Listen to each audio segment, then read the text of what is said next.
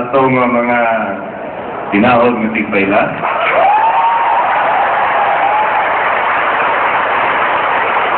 Unang-una nga to sa atong inahan sa Kapunungan, si Mami Glenn, nga mao gihapon ang atong kongresista sa Distrito 1. Sige na, palipot na mo.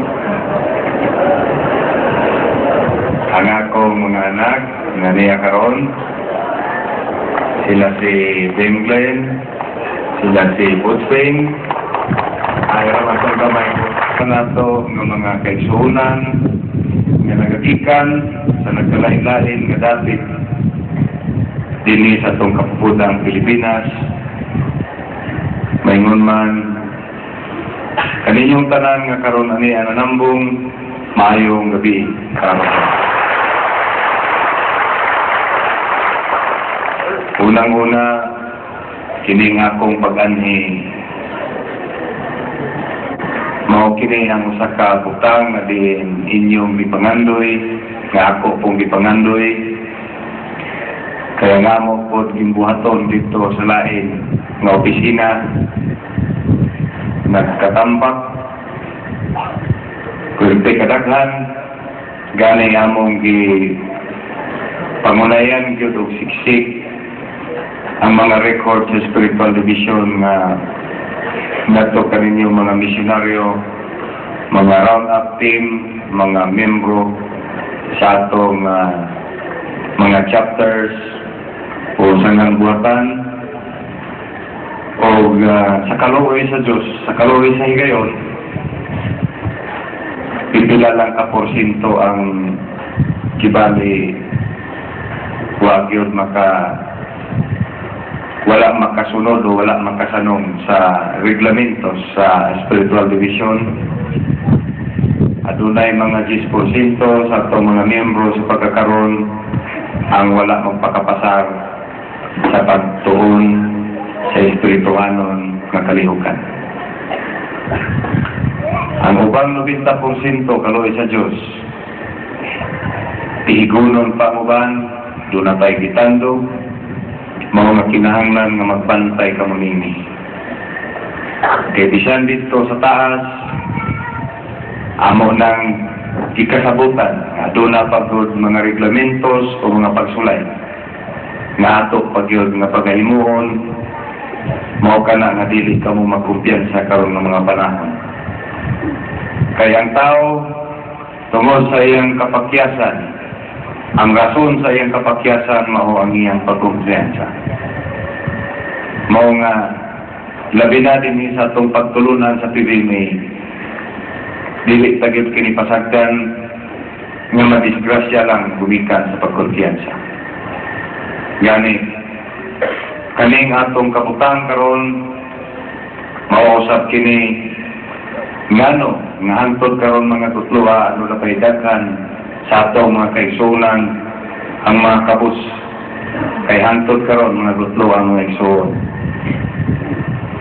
Gibahig pa kita, silhigon pa, mga pugong lang yun mo sa inyong itindugan.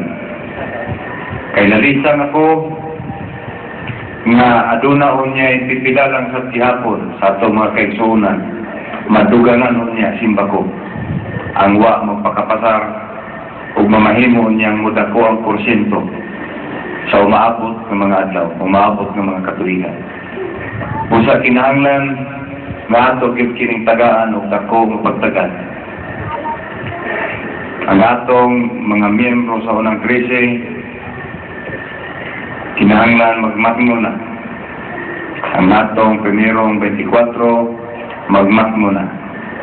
Kay kamuman ang ulo o ang uluhan, kamuman ang nangulo karon sa atong katawhan, kay kamuman ang konsultan kibali sa atong kapunungan sa PBMA. O nakita ko, natungog ko, nga naa pa sa inyong mga kaugalingan, nga halos dili gani kamo dihay magkasinabot sa inyong kaugalingon. Ayaw ninyo tuguti ka na. Kinahanglan nga usa-usa ka ninyo adunay tagsa-tagsa kabaruganan nga maghugpong Kay way laing nga tanawon nga mga modelo sa mga tao kundi ang inyong kaugalingan gumikan kay kamuman ang nauna sa atong kapununan. Usa mga igsuon, kinahanglan po nga atong makitaan nga dili nato kumpiyansahan ang atong pagkabutang karon.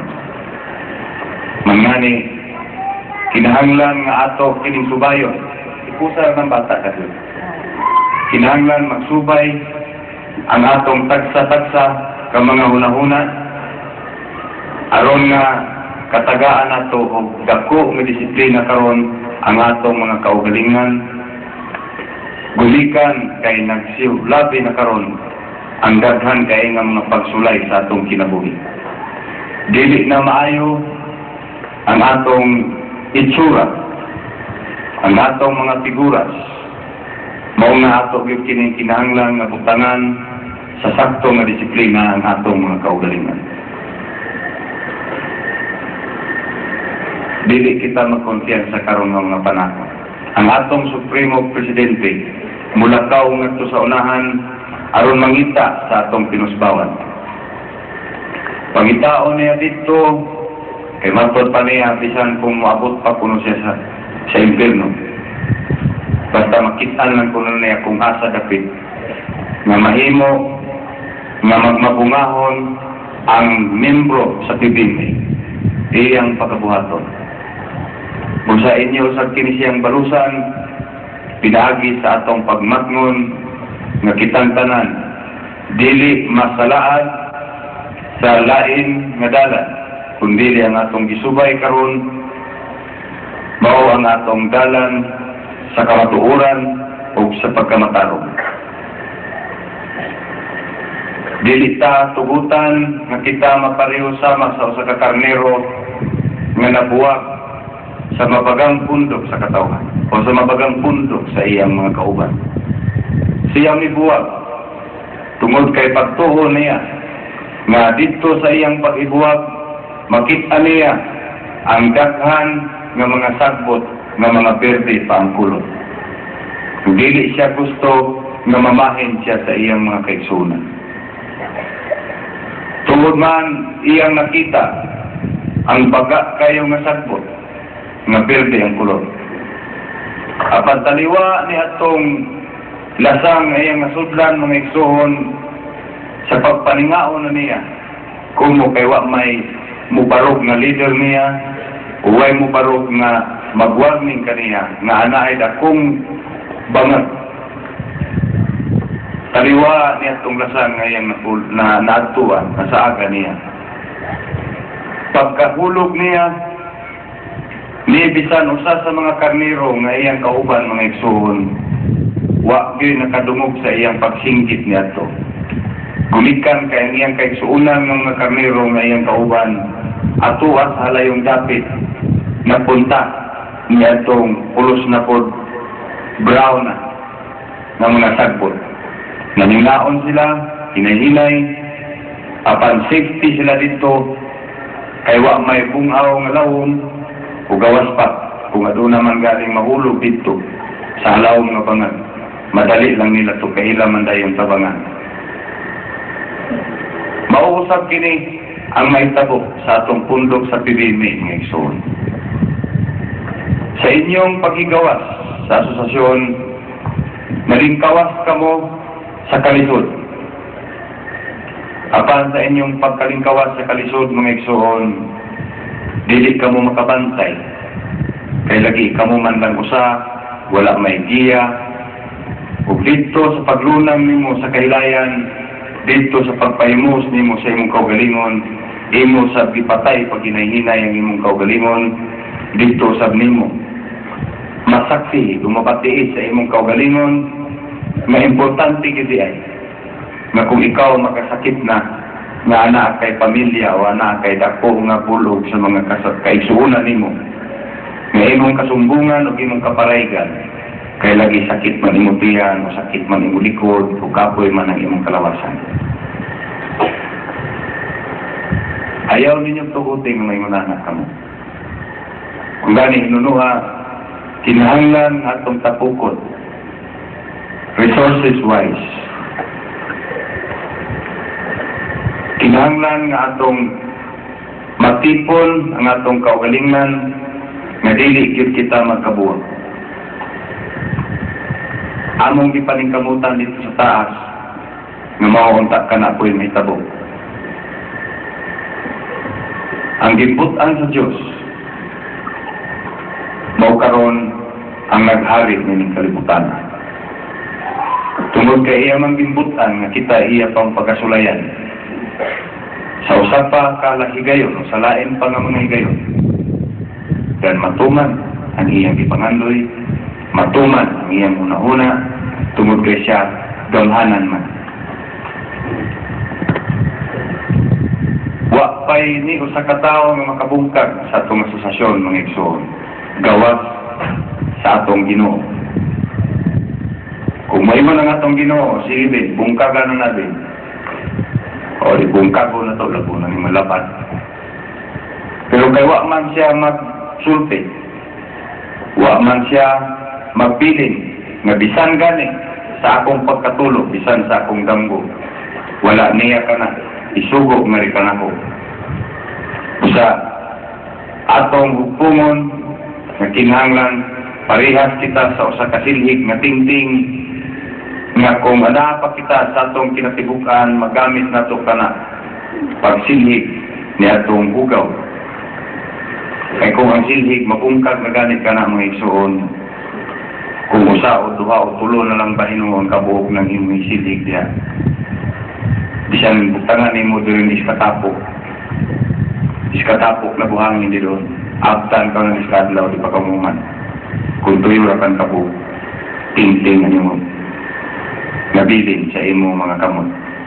Apan kung ang maong silhig kumpleto pa, wala lang sa kaoras ka ng imong pag-silhig-silhig ya, limpyo na ka ng imong kawanan.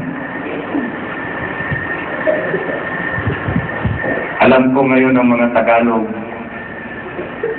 nag-ano na sana, Tagalogin naman ni Master, ang miskin na konti lang. Kaya ko medyo nanggaling sa malayong lugar, ha?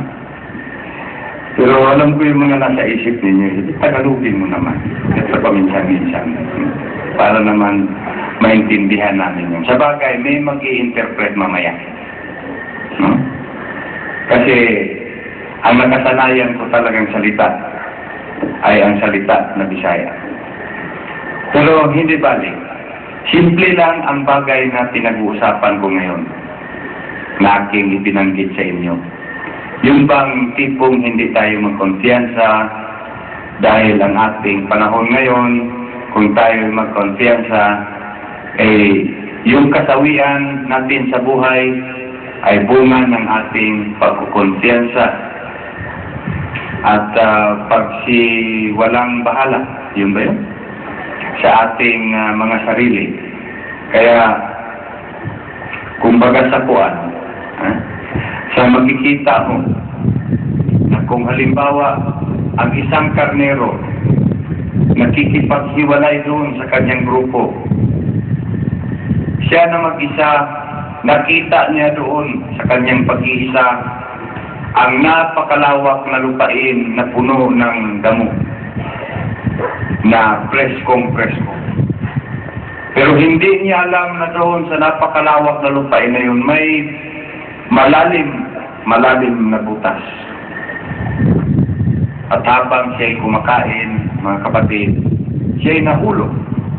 At walang ni isa sa kanyang mga kasamahan ang nakarinig sa kanya upang siya iligtas doon sa kanyang pagkahulog. At ang karamihan po sa kanila ay napunta doon sa isang lupain na malawak din, pero patay ang mga damo. Dahan-dahan lang silang kumakain, kumusama-sama sila, kung yung lupain na yun, walang butas na malalim.